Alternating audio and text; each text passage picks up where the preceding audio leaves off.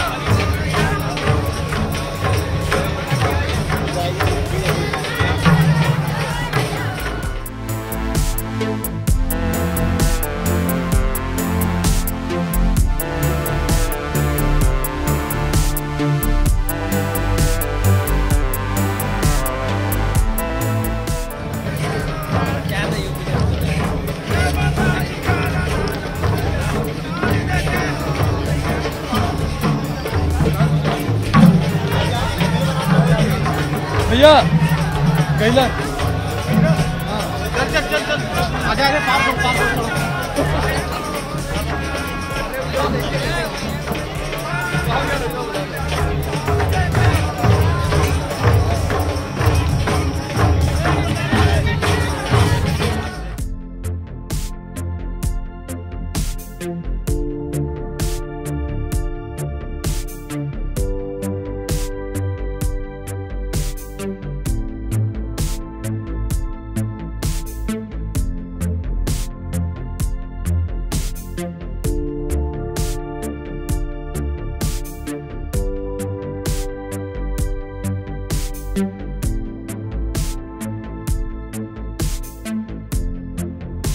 साथियों, एक क्रूज यात्रा एक साथ अनेक नए अनुभव लेकर आने वाली है।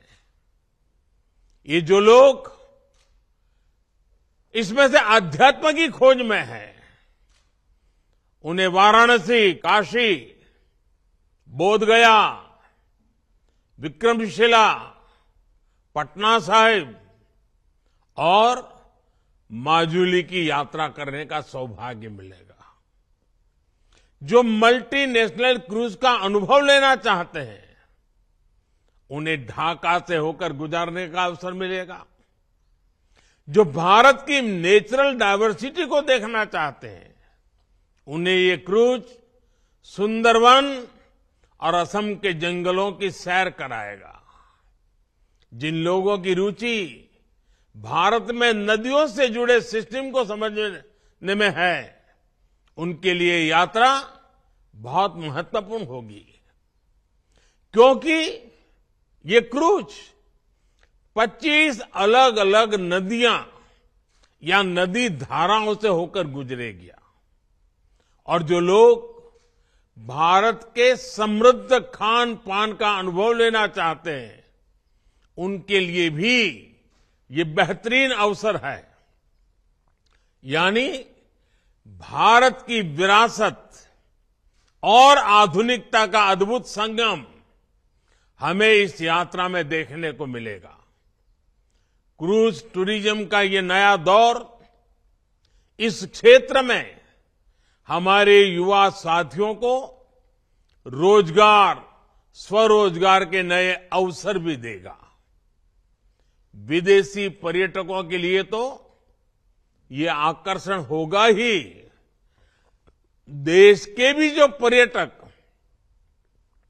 पहले ऐसे अनुभवों के लिए विदेश जाते थे, वे अब पूर्वी भारत का रुख कर पाएंगे। ये क्रूज जहां से भी गुजरेगा, वहां विकास की एक नई लाइन तैयार करेगा। क्रूज टूरिज्म के लिए ऐसी ही व्यवस्थाएं हम देश भर के नदी जलमार्गों में तैयार कर रहे हैं। शहरों के बीच लंबे रिवर क्रूज के अलावा हम अलग अलग शहरों में छोटे क्रूज को भी बढ़ावा दे रहे हैं।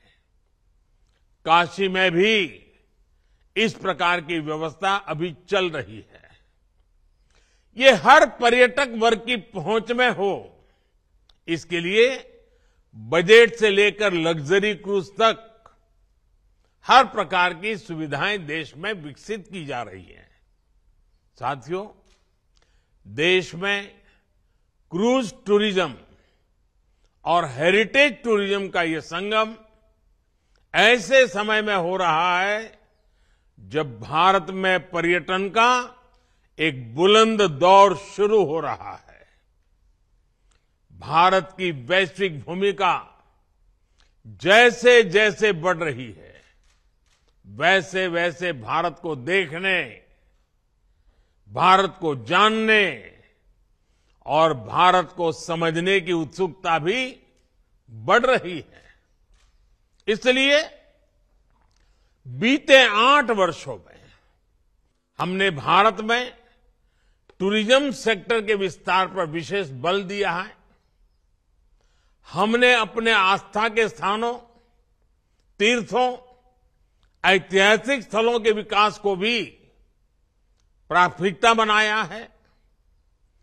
काशी नगरी तो हमारे इन प्रयासों की साक्षात साक्षी बनी है।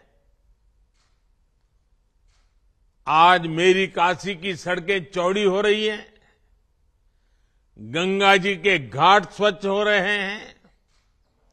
काशी विश्वनाथ धाम का पुनर्निर्माण होने के बाद जिस प्रकार श्रद्धालुओं और पर्यटकों में उत्साह देखा जा रहा है, वो भी अभूतपूर्व है।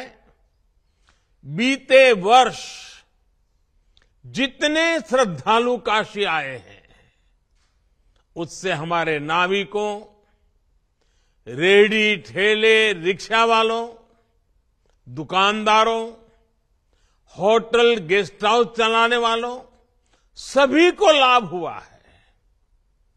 अब गंगा पार के क्षेत्र में इन नई टेंट सिटी काशी आने वाले श्रद्धालुओं को, पर्यटकों को एक नया अनुभव देगी। इस टेंट सिटी में आधुनिकता भी है, अध्यात्म भी और आस्था भी है। राग से लेकर स्वाद तक बनारस का हर रस, हर रंग इस टेंट सिटी में देखने को मिलेगा। साथियों, आज का ये आयोजन 2014 के बाद से देश में जो नीतियां बनी, जो निर्णय हुए, जो दिशा तय हुई, उसका प्रतिबिंब है। 21वीं सदी का ये दशक भारत में इंफ्रास्ट्रक्चर के कायाकल्प का दशक है। इस दशक में भारत के लोग आधुनिक इंफ्रास्ट्रक्चर की जो तस्वीर देखना जा रहे हैं, जिसकी कल्पना तक किसी जमाने में मुश्किल थी, चाहे घर, टॉयलेट, बिजली, पानी, कुकिंग गैस, शिक्षण संस्थान और अस्पताल जैसा सामाजिक इंफ्रास्ट्रक्चर हो, डिजिटल इंफ्रास्ट्रक्चर हो, या फिर रेलवे, हाईवे, एयरवे और वाटरवे जैसा फिजिकल कनेक्टिविटी, इनसे जुड़ा हुआ इंफ्रास्ट्रक्चर हो।